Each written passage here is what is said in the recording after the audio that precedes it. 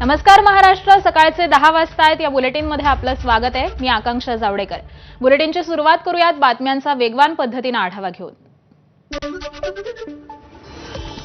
स्थानिक स्वराज्य संस्थांच्या निवडणुका देखील जिंकण्यासाठी महायुतीकडून निधीची खैरात. सत्ताधारी महायुतीच्या 54 आमदारांना त्यांच्या मतदारसंघात विकास कामांसाठी प्रत्येकी 5 कोटी याप्रमाणे 270 कोटींचा निधी मंजूर.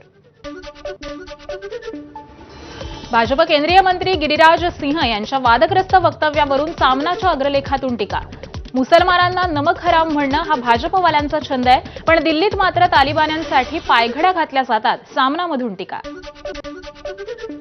ऐन दिवाळीत राज्यातल्या अनेक भागात पावसाची हजेरी. मुंबई, ठाणे, कल्याण, डोंबिवलीमध्ये काल विजांच्या कडकडाटासह पाऊस. दरम्यान राज्यातील काही भागात पुढील 4 दिवस पावसाचा इशारा. बदलापुरात काल ढगफुटी सदृश्य पाऊस. अवघ्या 1 तासामध्ये 101.8 मिलीमीटर पावसाची नोंद. बाजारात असलेल्या नागरिकांची, दुकानदारांची तारांबळ. सायंकाळी लक्ष्मीपूजनाची तयारी सुरू असतानाच पावसाने अनेकांचं नियोजन हे विस्कळीत केलं. 20 दिवसांमध्ये बीडच्या कपिलधारवाडी गावातील परिस्थिती अधिक गंभीर. 100 घरं असलेल्या गावात भूस्खलन होऊ लागल्यामुळे 50 पेक्षा अधिक घरांना तडे. गावातील रस्ते आणि घरं खचल्यामुळे 500 ग्रामस्थांचं ऐन दिवाळीत मंदिरामध्ये स्थलांतर. पुण्यातल्या सारसबागेमध्ये पाडवा पहाट कार्यक्रमादरम्यान 2 गटात वाद. धक्का लागल्यामुळे 2 गटात वाद झाला. पोलिसांनी मध्यस्थी केल्यानंतर लगेचच वाद शमलाय. छत्रपती संभाजीनगर शहर दिवाळीच्या दिवशी हादरलंय. रामनगर भागात एकाची चाकूनं भोसकून हत्या. 2 मित्रांनी मिळून एकाची हत्या केली. मुकुंदवाडी पोलिसांनी हत्या करणाऱ्या दोन्ही आरोपींना ताब्यात घेतलं. धुळे शहरातील 80 फुटी रोड भागामध्ये काल संध्याकाळी 2 दुचाकीस्वारांचा किरकोळ अपघात. या अपघातानंतर 2 गटात वाद झाला. मात्र पोलिसांनी वेळीच हस्तक्षेप करत हा वाद मिटवलाय. भिवंडी तालुक्यातील राहणाळ ग्रामपंचायत हद्दीमधील मनी सुरत कॉम्प्लेक्समध्ये कापडाच्या गोदामाला आग. गोदामात सिलेंडरचा ब्लास्ट झाल्यामुळे आग. घटनेनंतर परिसरामध्ये धुराचे लोळ. रायगडच्या रोहा तालुक्यातील प्रेरणा मतिमंद शाळेमध्ये मध्यरात्री आग लागल्याची घटना. शॉर्ट सर्किट झाल्यामुळे आग लागल्याची घटना. स्थानिक नागरिकांच्या सतर्कतेमुळे आणि अग्निशमन दलाच्या त्वरित मदतीमुळे मोठी दुर्घटना टळली आहे. नागपूर शहरात रात्रभरामध्ये फटाक्यांमुळे 6 ठिकाणी आग. 8 रस्ता चौकातील रिलायन्स स्मार्ट स्टोअरला आग लागली. आगीमध्ये स्टोअरमधील संपूर्ण साहित्य जळून खाक. लाखो रुपयांच्या मालमत्तेचं देखील नुकसान. पुण्यात काल लक्ष्मीपूजन वेळी फटाक्यांमुळे अनेक ठिकाणी आग. 5 वाजल्यापासून रात्री 12 वाजेपर्यंत फटाक्यांमुळे 42 ठिकाणी आगीच्या घटना. अग्निशमन दल नियंत्रण कक्षामध्ये आगीच्या घटनांची नोंद. ठाण्यातील कोलशेत परिसरातील लोढा अमरा या इमारतीला लावण्यात आलेल्या सेफ्टी नेटला आग. आगीवरती अग्निशमन दलाकडून तात्काळ नियंत्रण. कोणतीही जीवितहानी नाही. दिवाळीनिमित्त शिवाजी पार्क परिसरात रात्री उशिरापर्यंत फटाक्यांची आतषबाजी. फटाक्यांच्या कर्णकर्कश आवाजामुळे ध्वनी प्रदूषणामध्ये प्रचंड वाढ.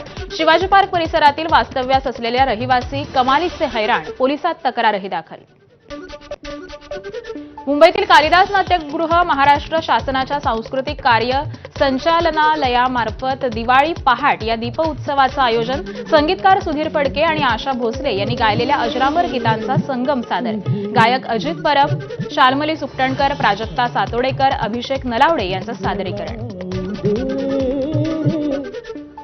कल्याणमध्ये भाजप आणि कपिल पाटील फाउंडेशनच्या वतीनं खडकपाडामधील साई चौकामध्ये दिवाळी पहाट या कार्यक्रमाचं आयोजन. प्रसिद्ध गायक कैलास खेर यांच्याबरोबरच हिंदीतील प्रसिद्ध हास्य कलाकार सुगंधा मिश्रा, हास्य कलाकार संकेत भोसले यांचे हे कार्यक्रम.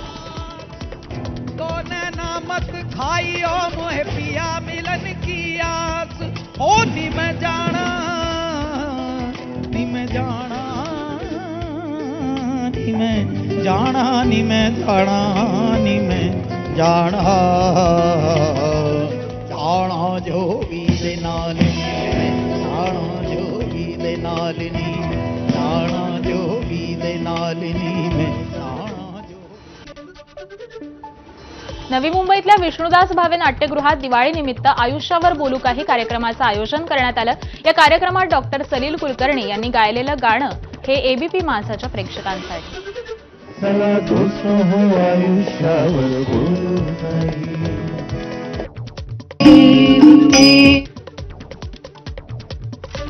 नांदगावमध्ये शास्त्रीय संगीताची पाडवा पहाट मैफल, अजरामर भावगीतं भक्तिगीतांनी श्रोते मंत्रमुग्ध. उठी उठी गोपाळा घनश्याम सुंदरा या भूपाळी गीताने पाडवा पहाट या कार्यक्रमाची सुरुवात.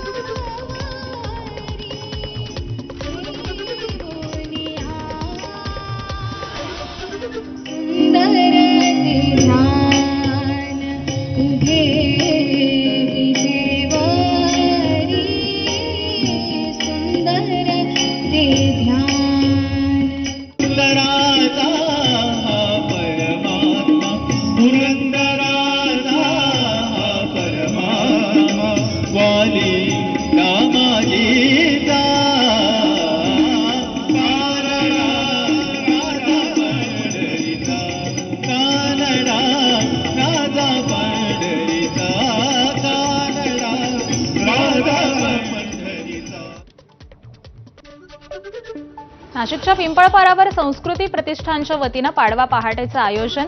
युवा गायक उस्ताद अरमान खान यांच्या स्वरांनी नाशिककरांची पहाट समृद्ध.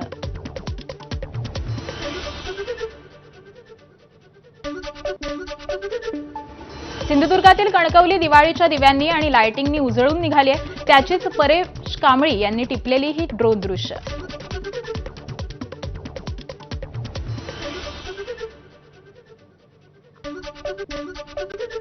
अभिनेत्री समंथा रूथ प्रभूनं साजरी केली दिवाळी. समंथानं दिग्दर्शक निधी मोरू सोबत साजरी केली आहे दिवाळी. दिग्दर्शक निधी मोरूला ती डेट करत असल्याची अनेक दिवसांपासून चर्चा.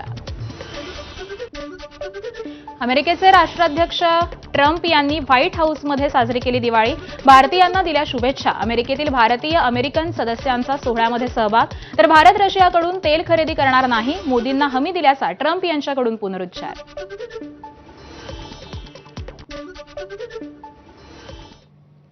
अंबरनाथमध्ये एका 58 वर्षीय महिलेचा वेळेत रुग्णवाहिका न मिळाल्यानं मृत्यू झाल्याचा आरोप हा करण्यात आलाय.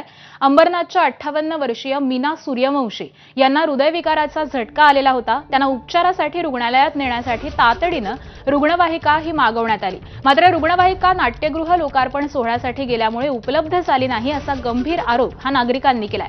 मात्र हे आरोप रुग्णालयानं फेटाळलेले आहेत. अंबरनाथ स्वामीनगर इथल्या मीनाताई सूर्यवंशी या एकट्या राहतात. त्यांना चक्कर आल्यामुळे शेजाऱ्यांनी छाया शासकीय उपजिल्हा रुग्णालयामध्ये त्यांना दाखल केलं. डॉक्टरांनी ठाणे किंवा मुंबईतील रुग्णालयात हलवण्याची गरज असल्याचं सांगितलं.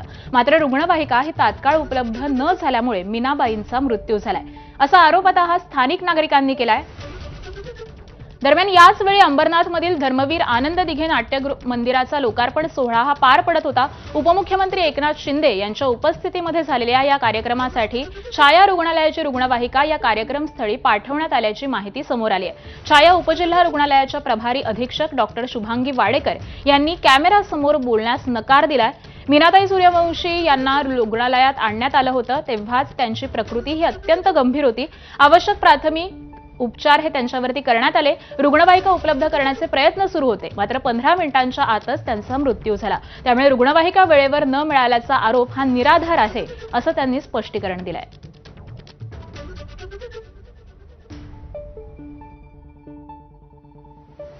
मैं ये पूछना चाहता हूँ कि अगर इतने बड़े छावा हॉस्पिटल में एमपी एमएलए आ रहे, सही बात है, कुछ उद्घाटन हो रहा है, अच्छी बात है, एक जान से बड़ी है, एक जान से बड़ा कुछ है वो. इतने बड़े हॉस्पिटल में एक एम्बुलेंस लेना कंपलसरी होता है कि जो छाया हॉस्पिटल में पहली बार नहीं हो रहा है, ये बहुत बार हो चुका है. एक जान चले गया फिर भी अगर इसको नहीं सुधारेंगे तो कितना जान जाएगा. पहली बार कि जो भी नॉर्मल रविवासी है जो शेषिंग परिसर में पहले वो आते हैं और जिसके पास नहीं है फिर वो आते हैं पहले से, और उनके साथ ऐसा हो रहा है तो क्या करेंगे फिर. यानंतर पुन्हा एकदा बातम्यांचा वेगवान आढावा सुरू ठेवूयात. दिवाळीत देशभर 6 लाख कोटींची खरेदी विक्री. कॉन्फेडरेशन ऑफ ऑट इंडिया ट्रेडर्सनं दिली माहिती. 5,40,000 कोटी रुपया किमतीच्या वस्तूंची विक्री. देशभरातील 60 प्रमुख केंद्रावरील सर्वेक्षणाच्या आधारे आकडेवारी. धनत्रयोदशी ते दिवाळी या काळामध्ये डिजिटल व्यवहारांमुळे यूपीआयची पुन्हा आघाडी. एनपीसीआयच्या आकडेवारीनुसार दिवाळीमध्ये यूपीआय व्यवहारांमध्ये वाढ. दिवाळीच्या 3 दिवसांच्या कालावधीमध्ये दररोज सरासरी 737 कोटी यूपीआय व्यवहार. घरं आणि कार्यालयांच्या खरेदी विक्रीत मुंबई पुन्हा अव्वल. दिल्लीला मागे टाकत मुंबई देशभरात ठरली अव्वल. देशातल्या 7 प्रमुख शहरांमधली आकडेवारी आली आहे समोर. जानेवारी ते सप्टेंबर दरम्यान मुंबईत 1,11,000 मालमत्तांची विक्री. दिवाळी आणि छठ पूजेनिमित्त उत्तर प्रदेश आणि बिहारमध्ये जाणाऱ्या प्रवाशांसाठी मध्य रेल्वे 1998 विशेष फेऱ्या चालवणार। रोज 46 नव्या गाड्या सोडल्या जाणार, 6 विशेष गाड्या आणि 40 नियमित गाड्यांचा समावेश। दिवाळी विशेष रेल्वे गाड्यांमुळे वंदे भारतला फटका, नियमित धावणाऱ्या सुपरफास्ट गाड्यांनाही फटका। मुंबई सोलापूर वंदे भारत एक्सप्रेस 4 तास उशिराने। स्टेटस अपडेट करून फिरायला जाऊ नका, नाहीतर तुमच्या घरात चोरी होईल आणि चोरांची दिवाळी होईल। तेव्हा सावधगिरी बाळगा, पोलीस प्रशासनाचं नागरिकांना आवाहन। सावधगिरी हाच सुरक्षिततेचा सर्वोत्तम मार्ग असल्याचाही पोलिसांचा सल्ला।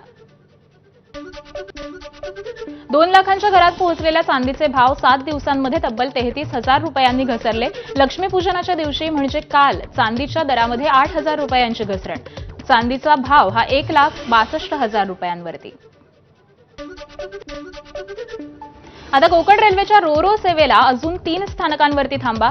सावंतवाडी, रत्नागिरी आणि संगमेश्वर या प्रमुख स्थानकांवरती असणार थांबा। 40 कार घेऊन जाण्याची रोरो सेवेची क्षमता आहे।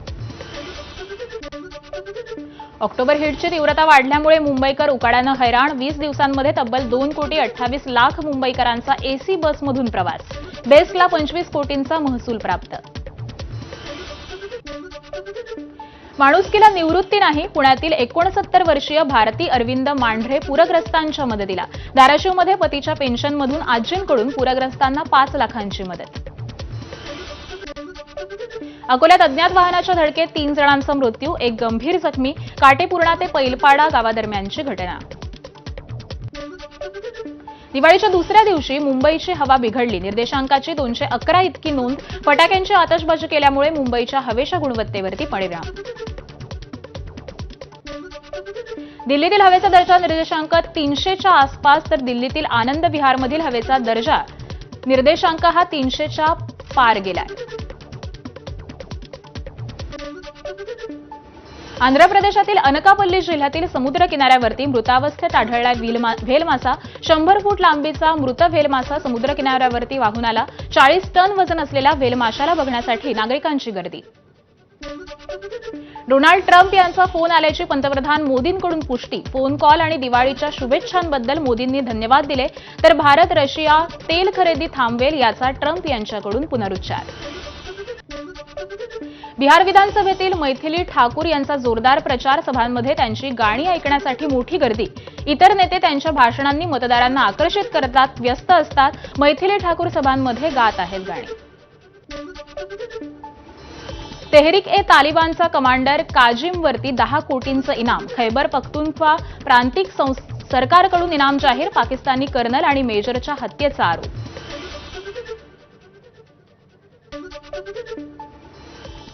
आणि यानंतर थेट जाऊयात, खासदार संजय राऊत बोलतात।